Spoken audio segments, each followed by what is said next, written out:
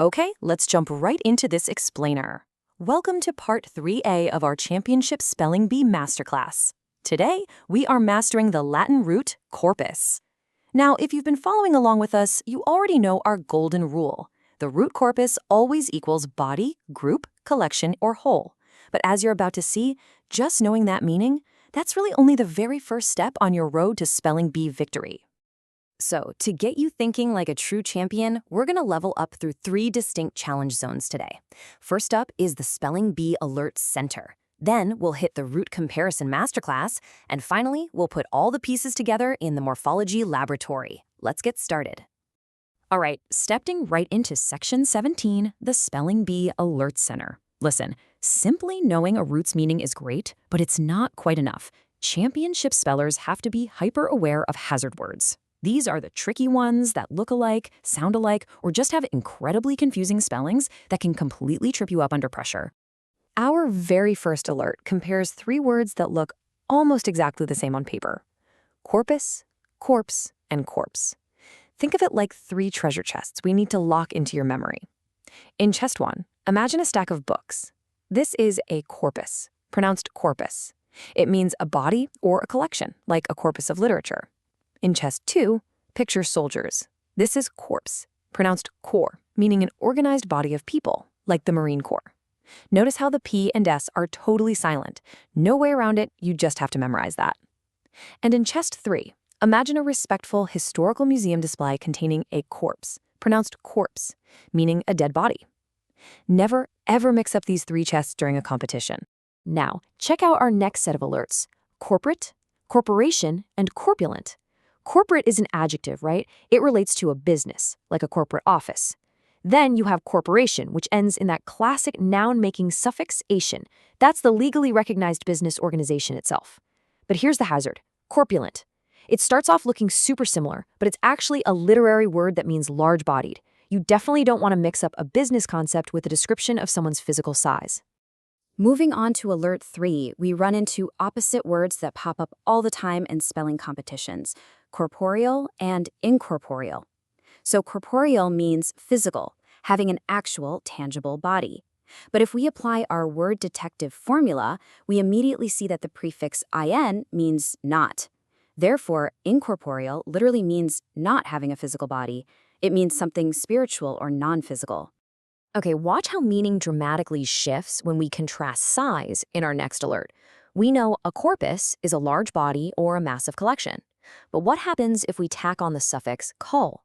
Well, that suffix simply means small. So a corpuscle is literally a tiny body. Think of a tiny red or white blood corpuscle cell just floating through your veins. Next up, we have some absolutely crucial spelling and pronunciation rules for advanced words. Take habeas corpus. You have to memorize that exact spelling. Don't ever let yourself spell it Habeus or Corpus. For corpsman, which is a trained medical service member, you must remember the pronunciation is corpsman. That P, completely silent. It is literally never pronounced corpseman. And for the advanced word corpuscular, which means relating to tiny particles, take your time and break it down syllable by syllable: corpuscular. So you might be wondering, why are some of these words so incredibly tricky to begin with? If we take a quick tour of the Silent Letter Museum, we see that corpse has a silent P and S, and corpsman has a silent P. But then in corpse, the P is pronounced loud and clear. Why the difference? It's because English borrowed the word corpse directly from French. We kept that original French pronunciation, which gives us that distinctive core sound. Trust me, championship spellers absolutely love words with French spelling patterns. Okay, time for a quick pause. Let's test those detective skills with a mini challenge. I'm going to give you 3 definitions, and I want you to try and predict which hazard word we just covered matches each one. Ready? Which word means a team of people? Which word means a collection of books? And which one means a dead body? Think back to those 3 treasure chests. All right, let's see how you did. A team of people? That's a corpse. A collection of books? That's a corpus. And a dead body? That's a corpse. Great job if you got those. And here's your champion tip for the day. Whenever you're analyzing a word, always ask yourself, is this word talking about a body, a group, or a collection? Because if the answer is yes, you can bet the root corpus is hiding right inside it. And that brings us to Section 18, the Root Comparison Masterclass. You know, one of the biggest secrets of elite spellers is that they don't just memorize roots in isolation. They learn to compare different roots that produce similar meanings, because every single root has its own unique story and origin. Let's kick this off with corpus versus soma. Picture two brilliant ancient scholars, one Roman, one Greek, pointing at the exact same physical person. The Latin-speaking scholar says corpus, which ultimately gives us English words like corporate and corporeal. But the Greek-speaking scholar?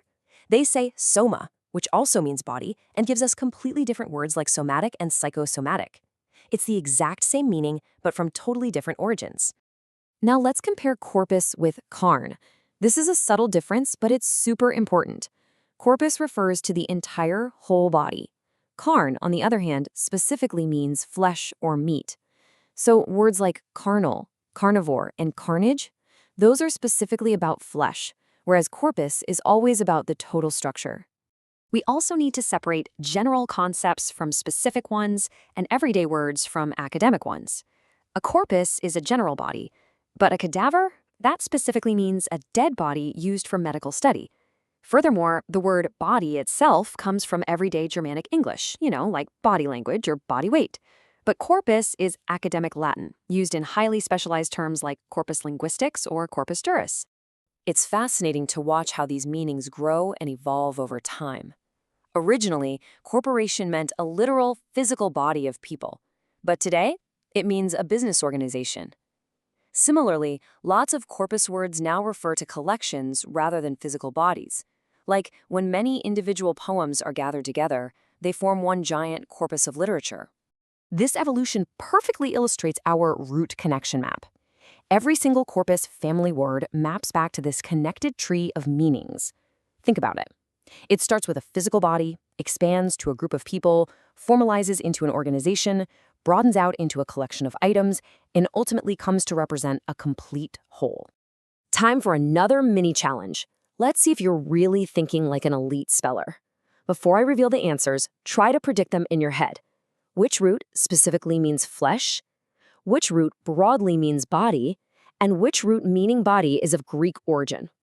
Let's check those answers. The root for flesh is carn. The root for body is corpus. And the Greek root for body is soma. Fantastic work if you recognize those differences. You are successfully comparing roots exactly like a champion. All right, welcome to our final challenge zone for today, Section 19, the Morphology Laboratory. This is where we rely on our 4-step puzzle strategy. Find the prefix, find the root, find the suffix, and build the meaning. We're going to break down 15 advanced words right now, and we're not skipping a single detail. Let's put on those lab coats. Watch how we assemble the puzzle pieces for our first 5 words. Number 1, incorporate. The prefix in means into. The root corpor means body, and the suffix ate means make. So literally, to put into a body. Its modern meaning is to include as part of a whole or to form a corporation. Number 2, incorporation. Same prefix, same root, but notice the suffix is now ation. It literally means the act of forming into one body, or in modern terms, creating a legally recognized company. Number 3, corporate.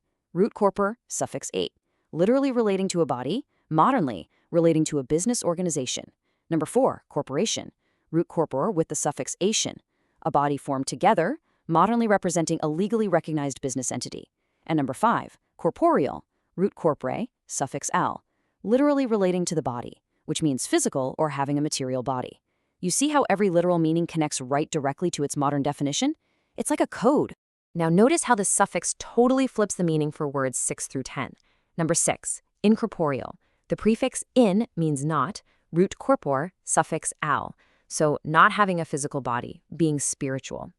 Number 7, corporeality.